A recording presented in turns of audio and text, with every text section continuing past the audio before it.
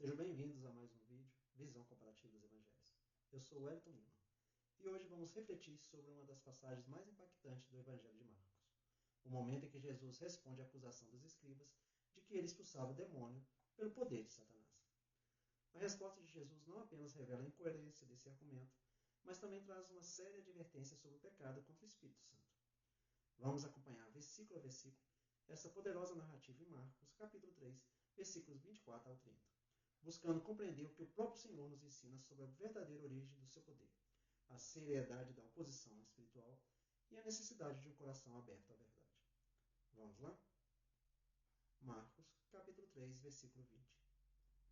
Quando Jesus foi para uma casa, outra vez se ajuntou uma multidão, de maneira que nem sequer podiam comer pão. Jesus retorna a uma casa, e mais uma vez, uma multidão se reúne ao redor dele. O texto nos diz que o movimento era tão intenso que ele e seus discípulos sequer podiam parar para comer. Imagine a cena, pessoas vindo de todos os lados, buscando cura, ensinamento, respostas. A presença de Jesus era tão impactante que ninguém queria sair de perto dele. Essa pequena observação, nem sequer podiam comer pão, revela muito sobre a intensidade do ministério de Cristo. Ele não estava ali para viver de maneira confortável, mas para cumprir sua missão, custasse o que custasse. Seu tempo e energia estavam totalmente dedicados ao reino de Deus. Isso nos faz refletir sobre o quanto estamos dispostos a nos envolver com as coisas de Deus. Há momentos em que a urgência do chamado exige sacrifícios. O apóstolo Paulo, em sua carta a Timóteo, nos lembra que aqueles que desejam servir a Deus precisam ser responsáveis e equilibrados. Ele ensina que o líder cristão deve cuidar bem da sua própria casa, governar sua família com sabedoria. Porque, se não souber cuidar dos seus, como poderá cuidar da igreja de Deus? Isso significa que a entrega ao reino não deve ser desculpa para negligenciar a família ou os compromissos essenciais. Mas também nos mostra que o Evangelho é algo tão importante que, em determinados momentos, nossas prioridades precisam ser reorganizadas. Jesus nos ensina esse equilíbrio. Ele se entregava completamente ao ministério, mas também tirava momentos para orar, descansar e estar com aqueles mais próximos. Seu exemplo nos desafia a administrar bem nosso tempo. Não viver apenas para o trabalho ou para os afazeres da vida, mas também não deixar de lado aquilo que é eterno. Afinal, o que tem mais valor? A comida na mesa ou o alimento da alma? Versículo 21. Os seus familiares, ao ouvirem isso, saíram para detê-lo, porque diziam, ele está fora de si. Logo após, vemos Jesus cercado por multidões ao ponto de não ter tempo sequer para comer. Marcos nos diz que seus próprios familiares, ao ouvirem o que estava acontecendo, saíram para detê-lo e diziam, ele está fora de si. Isso nos choca. Os familiares de Jesus, sim, sua mãe e seus irmãos, foram tomados por uma inquietação tão grande diante do que ouviam sobre ele, que resolveram ir até lá e tentar tirar Jesus do meio daquele movimento. Ainda não estavam entendendo totalmente quem era Jesus. Aos olhos deles, tudo parecia um grande exagero. Ele havia deixado sua vida comum, sua profissão como carpinteiro, e agora se apresentava como um mestre, cercado por discípulos, atraindo multidões, enfrentando religiosos e proclamando algo que eles ainda não conseguiam compreender completamente. Imagine só. Aquele que cresceu ali entre eles, com simplicidade, agora estava sendo apontado por uns como profeta, por outros como Messias, e por muitos como alguém fora de si. Para os familiares, aquilo talvez fosse demais. Talvez tenham pensado que o melhor era levá-lo para casa, tirá-lo da exposição, afastá-lo da multidão, como quem quer proteger alguém que está passando dos limites. Na frase, ele está fora de si, mostra como até os mais próximos podem interpretar mal aquilo que é espiritual. E isso não é exclusivo de Jesus.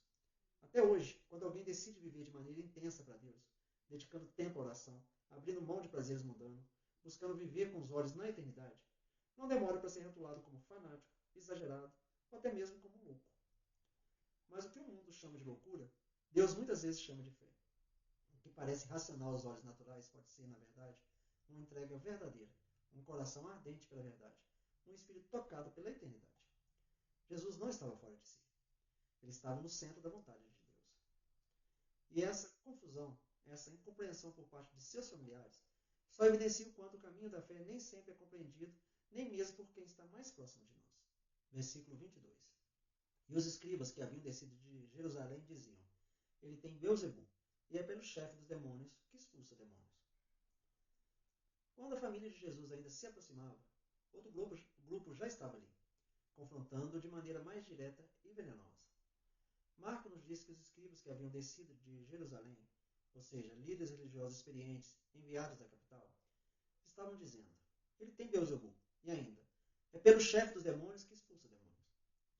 Esses homens vieram com o propósito de observar Jesus, julgar sua conduta e encontrar um meio de desacreditá-lo. E enquanto testemunharam Jesus libertando pessoas oprimidas por demônios, algo tão claramente poderoso, tão evidentemente divino, eles não negaram o milagre. Não podiam. Era impossível negar o que estavam vendo. Então, optaram por uma tática ainda mais perversa: atribuir esse poder a Satanás. Eles diziam, e o tempo verbal no texto indica algo contínuo, repetido, que Jesus expulsava demônios por estar em aliança com Beelzebul. Beelzebul, uma forma de zombaria do antigo deus Baal, era o nome usado pelos judeus para se referirem ao próprio Satanás. Então veja a gravidade disso. Os escribas estavam dizendo que Jesus, o Filho de Deus, agia em parceria com o diabo. É importante entender que essa acusação não foi um deslize isolado. Era uma postura, uma resistência teimosa, consciente e deliberada ao que era evidentemente obra do Espírito de Deus. Eles viam a luz e chamavam de trevas. Presenciavam libertações e diziam ser coisa de demônio. Isso revela um endurecimento profundo do coração religioso que, mesmo diante da verdade, escolhe rejeitá-la por completo. E esse episódio prepara o terreno para que Jesus dirá em seguida a advertência sobre o pecado contra o Espírito Santo. Mas desde já podemos perceber a linha tênue e perigosa entre incredulidade e blasfêmia. A incredulidade ainda pode ser vencida com revelação e arrependimento. Mas quando a pessoa fecha os olhos de forma obstinada à ação de Deus e começa a chamá-la de satânica, então ela entra num terreno espiritual extremamente perigoso. E foi exatamente o que os escribas aqui fizeram. Versículo 23. Então Jesus os chamou e lhes disse por parábolas: como pode Satanás expulsar Satanás? Diante de uma acusação tão grave e absurda, Jesus não se esquiva. Ele não ignora. Pelo contrário. Então Jesus os chamou. Jesus tomou a iniciativa. Chama os seus acusadores, os escribas de Jerusalém, para um confronto direto. Mas não com gritos ou ira. Jesus os enfrenta com a razão, sabedoria e, como diz o próprio texto, por parábolas. Essa é a primeira vez no Evangelho de Marcos que Jesus ensina por parábolas. E é curioso que isso aconteça justamente no contexto de oposição. Ou seja, a palavra surge como uma resposta à dureza do coração. E aí vem a pergunta de Jesus, simples, direta e impossível de refutar. Como pode Satanás expulsar Satanás? Jesus os leva à lógica. Ele desmonta a acusação com a pergunta que revela o absurdo do que estavam dizendo. Se os demônios são servos de Satanás, como é que o próprio Satanás estaria lutando contra si mesmo? Por que ele estaria enfraquecendo o seu próprio domínio? Isso não faz sentido. Essa pergunta de Jesus expõe a incoerência dos escribas. Mas mais do que isso, mostra que a rejeição deles à verdade não era por falta de evidência, mas por dureza de coração. Eles não estavam confusos, estavam endurecidos. Jesus, com sabedoria divina, os convida a pensar. E mais uma vez está estendendo misericórdia. Está dando uma chance para refletirem e se arrependerem. Mas como veremos nos próximos versículos, essa resistência à verdade pode levar a algo ainda muito mais sério. Versículo 24. Se algum reino estiver dividido contra si mesmo, tal reino não pode durar. Jesus continua desenvolvendo seu raciocínio com firmeza e clareza. Aqui, Jesus usa uma imagem que todos podiam entender, a de um reino. Um governo, uma nação, um império. Se dentro desse reino há divisão, se os que pertencem a ele começam a lutar uns contra os outros, isso é o começo do fim. Nenhum poder sobrevive à divisão interna. Nenhum império resiste a uma guerra civil por muito tempo. E se esse princípio é verdadeiro em qualquer governo humano, quanto mais no reino espiritual. Jesus está mostrando um absurdo da acusação. Se ele estivesse realmente expulsando demônios com a ajuda de Satanás, isso significaria que o próprio reino das trevas estava em colapso, que havia uma divisão, uma cisão interna. E se é assim, então o próprio Satanás está enfraquecido e o fim dele está próximo. Essa fala de Jesus não apenas refuta a acusação dos escribas. Ele denuncia a fragilidade de todo argumento que se opõe à verdade de Deus. O reino de Deus é um reino de unidade, mas o reino das trevas, se estiver dividido, está arruinado. E mais, se de fato Jesus está triunfando sobre os demônios, isso não é um sinal de aliança com Satanás. É sinal de autoridade sobre ele. Versículo 25. E se alguma casa estiver dividida contra si mesma, tal casa não pode durar firme. Jesus reforça seu argumento com outra imagem ainda mais próxima da realidade das pessoas. Se antes ele falou de um reino, agora ele fala de uma casa, de um lar, uma família. Um ambiente que todos conheciam bem. E o princípio é o mesmo. Onde há divisão, não há estabilidade. Onde não há unidade, não há firmeza. Jesus está dizendo, se Satanás está dividido, então ele está se autodestruindo. E mais que isso, ele convida os ouvintes a pensarem com lógica. Afinal, se Jesus está realmente expulsando demônios, se o resultado é libertação, cura e restauração, como isso poderia vir de alguém aliado ao mal? O argumento é poderoso. Jesus está dizendo, vocês estão me acusando de trabalhar com Satanás, mas o que eu faço destrói as obras dele. Como isso pode ser verdade? Então Jesus traz uma verdade profunda. Nenhum reino e nenhuma casa permanece de pé quando há divisão. Esse é um princípio que também fala conosco hoje. Lares, igrejas, comunidades, amizades. Tudo que é dividido por dentro está fadado ao colapso. A unidade é um sinal de força, a divisão um sinal de fraqueza. Jesus está expondo a incoerência dos escribas e, ao mesmo tempo, nos ensinando sobre a importância da verdade, da coerência e da unidade no reino de Deus. Versículo 26. E se Satanás se levantar contra si mesmo e for dividido, não pode durar, mas tem fim. Aqui Jesus conclui seu raciocínio lógico como um veredito definitivo. Se Satanás está se levantando contra si mesmo, então ele está ruindo. E se está dividido, seu fim chegou. Ou seja, se aquilo que Jesus está fazendo, expulsar demônios, libertar oprimidos, restaurar vidas, for realmente uma obra de Satanás, então Satanás está agindo contra os próprios interesses, está se sabotando, está cavando a sua própria ruína. Jesus desmonta completamente a acusação dos escribas. E mais, ele está nos mostrando que a vitória sobre o mal é completa e visível. O que ele está fazendo não é sinal de confusão no reino das trevas, mas prova clara de que um poder maior do que Satanás chegou. O poder de Deus. E repare numa coisa interessante. Jesus afirma que, se Satanás estiver dividido, ele tem fim. Isso não é apenas uma argumentação, é também uma profecia. A divisão e a derrota de Satanás são inevitáveis. Seu reino não prevalecerá. Jesus está dizendo em outras palavras, não, eu não estou com Satanás. Eu vim para derrotá-lo. E ele já está caindo. O fim dele já começou. E assim, com calma, sabedoria e autoridade, Jesus desfaz a acusação absurda dos líderes religiosos e ainda revela verdades profundas sobre o reino espiritual. Versículo 27. Ninguém pode roubar os bens do valente quando se entra na casa dele, se antes não amarrar ao valente. Depois disso, roubará a sua casa. Jesus termina sua resposta com uma parábola poderosa. O valente aqui é Satanás.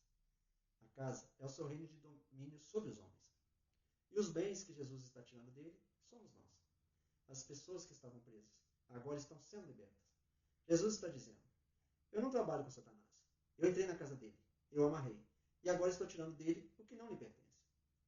Isso é muito mais que uma defesa contra a acusação dos escribas. É uma declaração de guerra.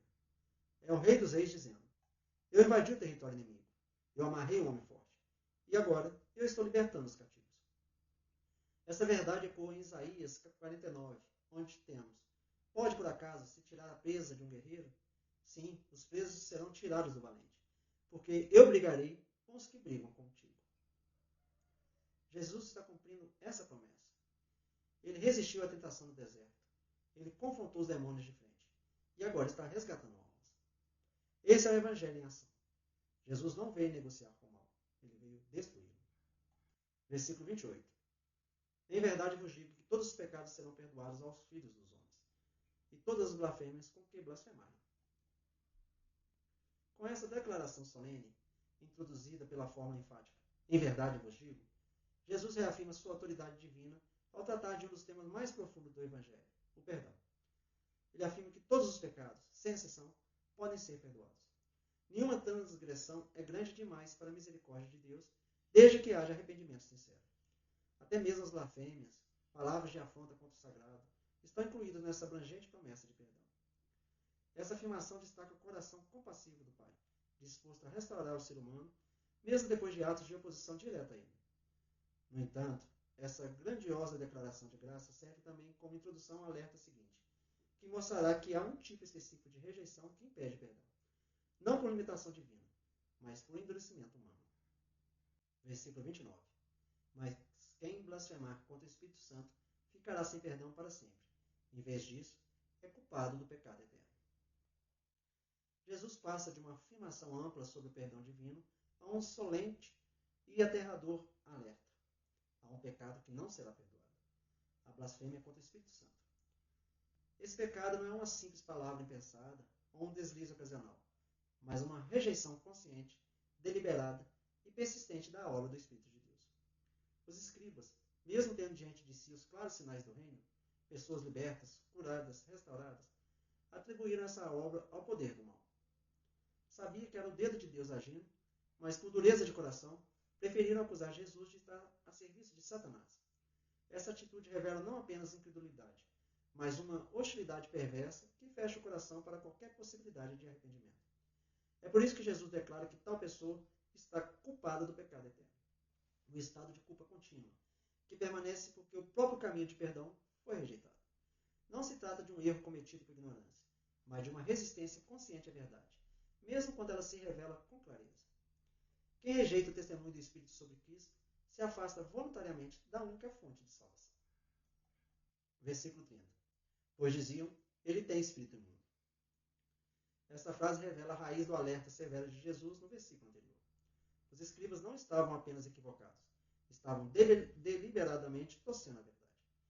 Diante das obras do Espírito, libertações, curas e sinais que apontavam para o reino de Deus, eles afirmavam, ele tem espírito imundo. Essa acusação consciente e persistente não era fruto de ignorância, mas de uma escolha, rejeitar o testemunho do Espírito Santo sobre Jesus. Ao chamar de maligno, que era claramente obra divina, mostrava uma disposição interior perversa, resistente à verdade. Essa atitude de coração, mais do que as palavras em si, é o que configura o chamado pecado eterno. Não é que uma frase isolada seja imperdoável, mas sim o estado do coração que se recusa continuamente a reconhecer e aceitar a ação de Deus. A graça está sempre disponível, mas quem fecha os olhos e o coração para a luz do Espírito torna-se incapaz de se arrepender e assim permanece sem perdão. O que chama a atenção aqui? Ao final dessa passagem, vemos que Jesus não apenas refuta a acusação absurda dos escribas, mas também nos alerta sobre a profundidade de um coração endurecido. Aquele que, mesmo diante das evidências do agir de Deus, insiste em atribuí-lo ao mal. O pecado imperdoável não é um tropeço acidental, mas a rejeição constante e consciente da obra do Espírito. É um chamado à vigilância, à humildade e à fé. Que possamos sempre discernir a verdade com o coração sensível à voz do Espírito, reconhecendo em Cristo, não o adversário, mas o Salvador que liberta e restaura. Que esse estudo lhe tenha abençoado. Nos vemos no próximo vídeo. Até lá.